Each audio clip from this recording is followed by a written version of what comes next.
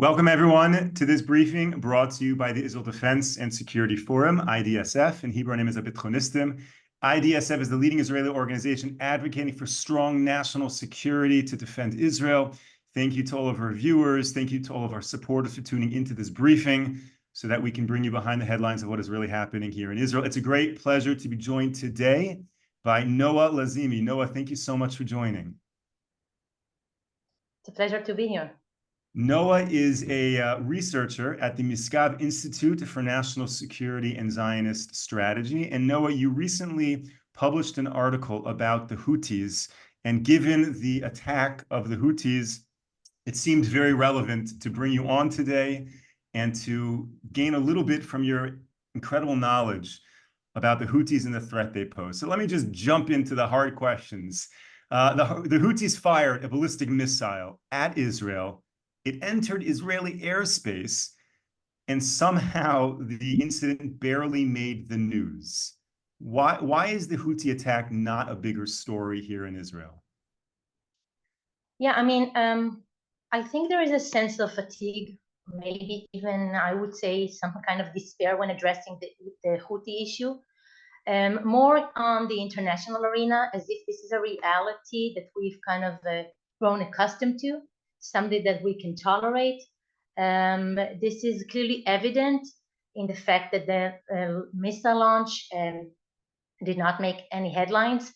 But beyond that, the failure of the international community to release the 25 crew members of the British-owned Galaxy Leader that was attacked by the Houthis back in November. These people have been held by the Houthis for 10 months now with no solution in sight. Obviously, talking about it also echoes our own national tragedy with 101 Israeli hostages being kept in Hamas captivity. Sure. And just so we understand, if you can give us kind of a broader picture, because the Houthis don't just affect Israel, but to what extent do the Houthis provide a threat to the regional trade routes? And, how are the US and the UK dealing with these issues? Right. So I think that if we look at the numbers, it can help illustrate the scope of the damage that has been caused so far by the Houthis. So we all know that since the outbreak of the war in Gaza, they've been disrupting maritime traffic, essentially trying to impose a blockade in a critical waterway for international trade. Now, according to just one report, as of July 15, this Yemeni militia has been involved in over 100 incidents, ranging from disrupting communication and internet infrastructure, launching drones and missiles at the commercial ships, using suicide boats to attack vessels, and even hijacking vessels, and as we saw, also taking hostages. So this is just to give you a broader picture. Now, apart from that, there has been also a human cost. Civilians were killed. 3 US Navy members were also declared dead, and dozens of people got injured. And again, as mentioned, 25 people are still in Houthi custody. So this is the bigger picture. Now, as to the response of the international community, and more specifically the United States and the UK. So we cannot ignore the fact that there have been attempts to combat the Houthi aggression, and there has been substantial effort in this regard.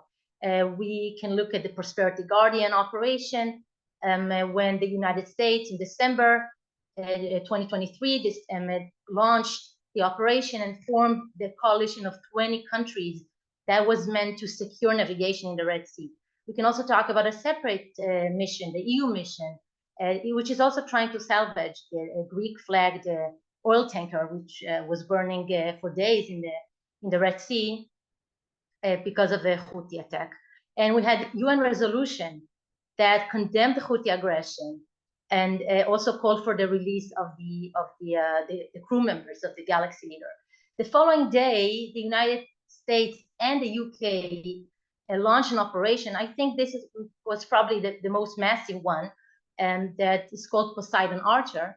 It was later to be known as Poseidon Archer, where they attacked in Houthi-controlled areas. They attacked over 60 targets that included mostly weaponry, command and control centers, radar sites, vessels, and missile launchers, and the like. And there have been obviously additional rounds of attacks ever since.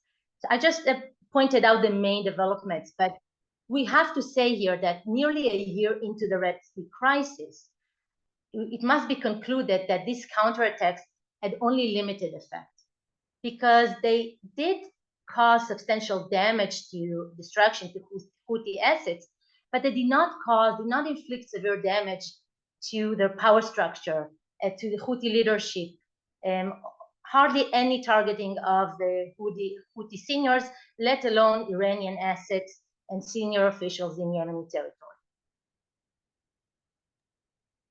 So that's a great segue to kind of understanding the Houthis in the broader Middle East, about discussing the relationship with Iran. On these briefings, we often talk about how the head of the octopus is Iran, and as much as Hamas poses a threat and Hezbollah poses a threat, ultimately somehow Iran is connected to all of this. So can you expand a little bit about what is the relationship between the Houthis and Iran, and maybe the Houthis and other proxies like Hezbollah, and to what extent are the Houthis autonomous? They can choose when to attack, they can choose their mandate, or do they have to follow the dictates of Iran? Right. So despite the tendency to describe the Houthis as like a classic Iranian proxy, they are better described as strategic partner of Tehran. It's important to understand that it's true that Tehran has been providing the Houthis with enormous support in various aspects, and they do depend on this support. But at the same time, especially when you look at public statements by the Houthis and senior officials, then they want to make it clear that they don't just obey orders, and that they have their independency and sovereignty over Yemen. So just to give an idea, in one BBC interview, they explained that they don't take any orders from anyone. And it was an interview from 2019 where they said that even if Iran told them to stop the war, meaning the war against the Saudis, they wouldn't. But of course, there is an alignment of interest. Okay, it's important to clarify that, stemming, among other reasons, from their shared ideology, right? And we talk about the founder of the Houthis, Hussein. So his father, Badr ad-Din al-Houthi, in the 90s, was very influenced. Badr ad-Din al-Houthi and his sons Hussein, and also Abd al-Malik, who is the current leader of the organization. So Badr used to, with his sons, they were primarily influenced by an Iranian leader, Khamenei, but also by Al-Qaeda's leader, Osama bin Laden. They followed their speeches with great enthusiasm, and they were quite impressed by the fact that they were willing to stand firm against the US and against Israel. So it's no coincidence that the slogan, and I mean, Hussein continued and followed in his father's footsteps and embraced the model set by Khomeini in the Islamic Revolution of Iran. And so there's no coincidence that the slogan also of the movement reads, death to America, death to Israel, a curse on the Jews, and victory to Islam. And now, getting back to the present, Tehran, with this unique proxy, this strategic partner, it aims to create this pro-Iranian enclave that could dominate a strategically important location. We're talking about the Bab el-Mandeb Strait. This way, it seeks to tighten the ring of fire against Israel, at the same time also expand the risks and danger it can pose to the United States and also to the Saudis. And just one last point on that, this also enables Iran to gain a foothold in the southern Persian Gulf.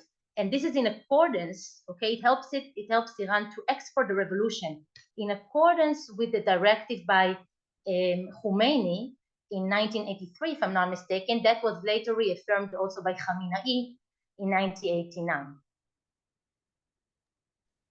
Wow, so it's certainly part of a bigger strategy. So, looking at all of the threats right now towards Israel, right? Israel is in this multi-front war. What is the current threat level of the Houthis? Meaning, obviously, we see they can send a ballistic missile, but Israel has many threats they are dealing with right now. So what is that level of threat? And do you think that Israel has the right approach when dealing with the Houthis? Right. So first of all, it's important to clarify that the missile launch was, I mean, it should be seen as an attempt by the Houthis to show that they deliver on their promise to retaliate for the Israeli attack on the port of Hodeidah. And this is all part of their preparation for what they call the fifth phase. What is the fifth phase in the conflict with Israel? That includes mainly, essentially expanding the target bank to include military bases, ports, other strategic facilities, and also to disrupt even oil supply to Israel. And what's also important here is that they emphasize that they will collaborate with other organizations in the axis of resistance led by Iran. And this may even help them to bring the threat closer by moving, for example, fighters. We've seen alarming reports about news about moving Houthis being transported to the Syrian borders, to southern Syria, in an attempt to carry attacks against Israel. Another way they want to do it is by resuming, and they resumed the flights from Yemen to Jordan. So they basically want to shorten the range between Yemen to Israel, and thus enlarging, okay, the threat that they are posing. Now, as to a proper Israeli response, I mean, of course, there is a problem of resources, and especially now when we are dealing with multiple fronts. But at the same time, Israel cannot wait for all the other conflicts in other arenas to be resolved to address the Houthi threat, because we see that it has become a bigger problem that we could even imagine. So I would say that the response should be more decisive than what it was before. The Hodeidah port, we'll talk about it, the attack there, but even more decisive, target Houthi leadership, continue disrupting the activity in the Hodeidah port because it's a critical location, critical site, and also energy infrastructure in that area. But Israel must also hit at the head of the octopus, like you said, and it cannot settle with dealing with the proxy alone. It must also deal with the operator. Now, prior to October 7th, before this whole war began, I think that if you were to ask Israelis on the streets about the Houthis, they would have said the Houthis. No one really focused or knew about the Houthis, in Israeli society. Obviously, researchers such as yourself did. So I guess the question I want to ask is, before October 7th, was it widely believed that the Houthis posed a credible threat to Israel? Had there been previous attacks from Yemen on Israel? So to the best of my knowledge, they didn't attack Israel prior to October 7th. However, they did express, they expressed their hostile messages as part of solidarity, show of support of the Palestinian so-called cause, and against the Zionist enemy as they perceive it. That being said, a Lebanese daily revealed a couple of years ago that affiliated with Hezbollah, that during Operation Guardian of the Walls in 2029, they offered support to help Hamas by providing coordinates of various targets to attack Israel with cruise missiles and the like. But Hamas rejected, and they claimed that they were doing fine on their own, and if they would only use the help if Israel crossed red lines.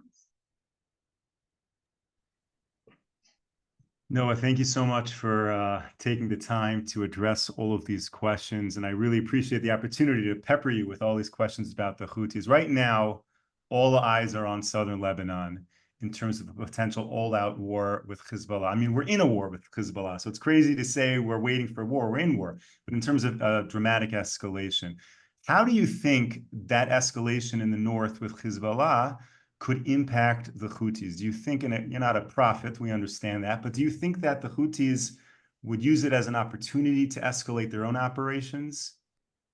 So here it's important to stress that according to some assessments, the Houthis aim to carry out a ground attack. And the collaboration with other organizations and groups in the axis of resistance led by Iran can enable them to do it. And what do I mean by that? First of all, when I say other organization, I mean primarily the pro-Iranian militias in Iraq and also Hezbollah in Lebanon. So that can help them, the collaboration can help them overcome the significant geographical distance between Israel and Yemen. We discussed it earlier, now how they want to shorten the range. So with this collaboration, this is part of the fifth phase. This collaboration is not just a word, it has practical implications. And we see that with them moving their fighters to Syrian border, and the other examples we did. Now add to that the recent statement by a Houthi official that he said that they are going to stand by Hezbollah in any conflict.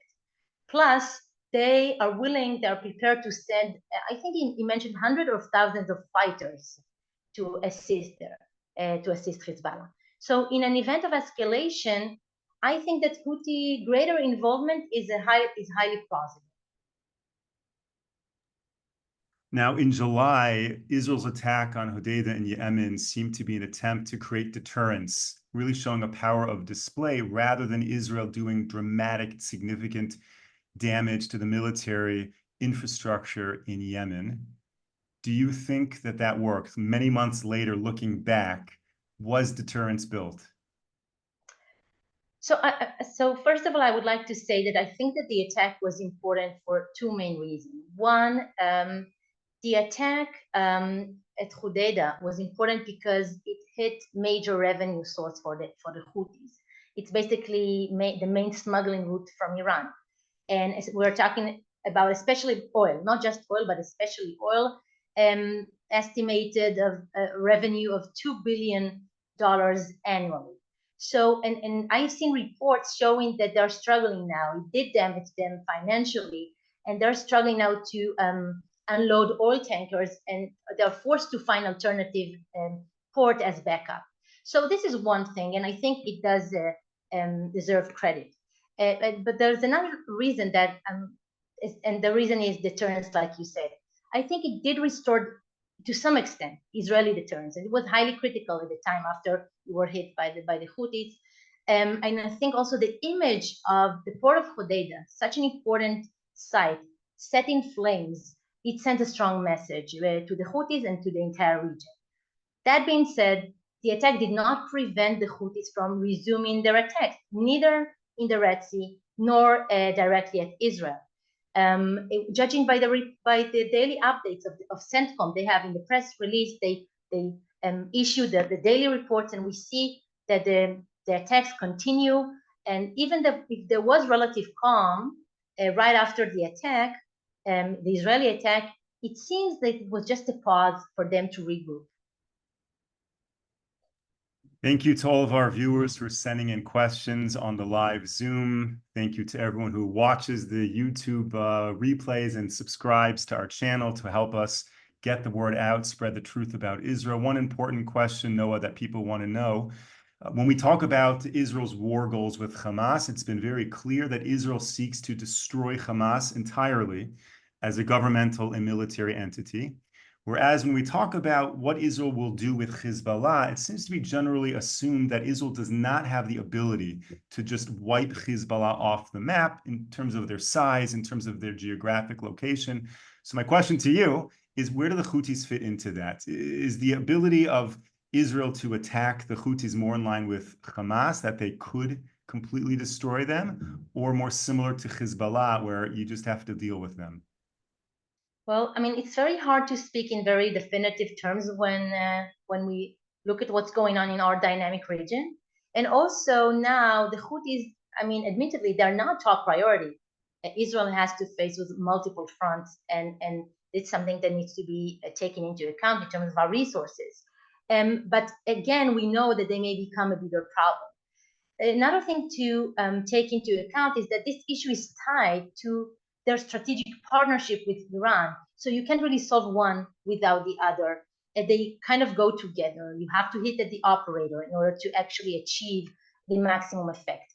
I would say that in addition to a harsher response that also punishes Iran as their operator, perhaps it would be wise of Israel to also raise awareness among makers in the US and Europe as to the Houthi ambitions that include developing weapons. They aspire to acquire and develop advanced weapons that can threaten directly, can threaten US and Europe directly. And now it's true that we don't take anything we don't have to take any single statement as credible, but still, I think one of the lessons that we learned from October 7th is that we should listen to what our enemies say. So I think it's also important in terms of the an internationally coordinated effort to raise this awareness and see if we can work to combat the Houthis in this direction. And another thing, as part of this international effort, we also need to work to isolate the Houthis financially, which can be achieved through the threat of US sanctions. I'm so glad you mentioned that, because that brings us to an important issue, which is Russia. What role does Russia play in financing and supporting the Houthis? So, it has been recently reported that the Russians were planning to send weapon supplies to the Houthis, supposedly in protest of the Western support of Ukraine. This was, from what I know, it was prevented by US pressure and also the Saudis. But there is now growing evidence that Russia is sending advisors to Yemen to assist the Houthis in planning attacks. The US sends warning about this Russian involvement. I would say that it remains to be seen what the scope of such a support will be. I really appreciate, again, all these questions. One last question before we let you go. Obviously the Houthis want to destroy Israel.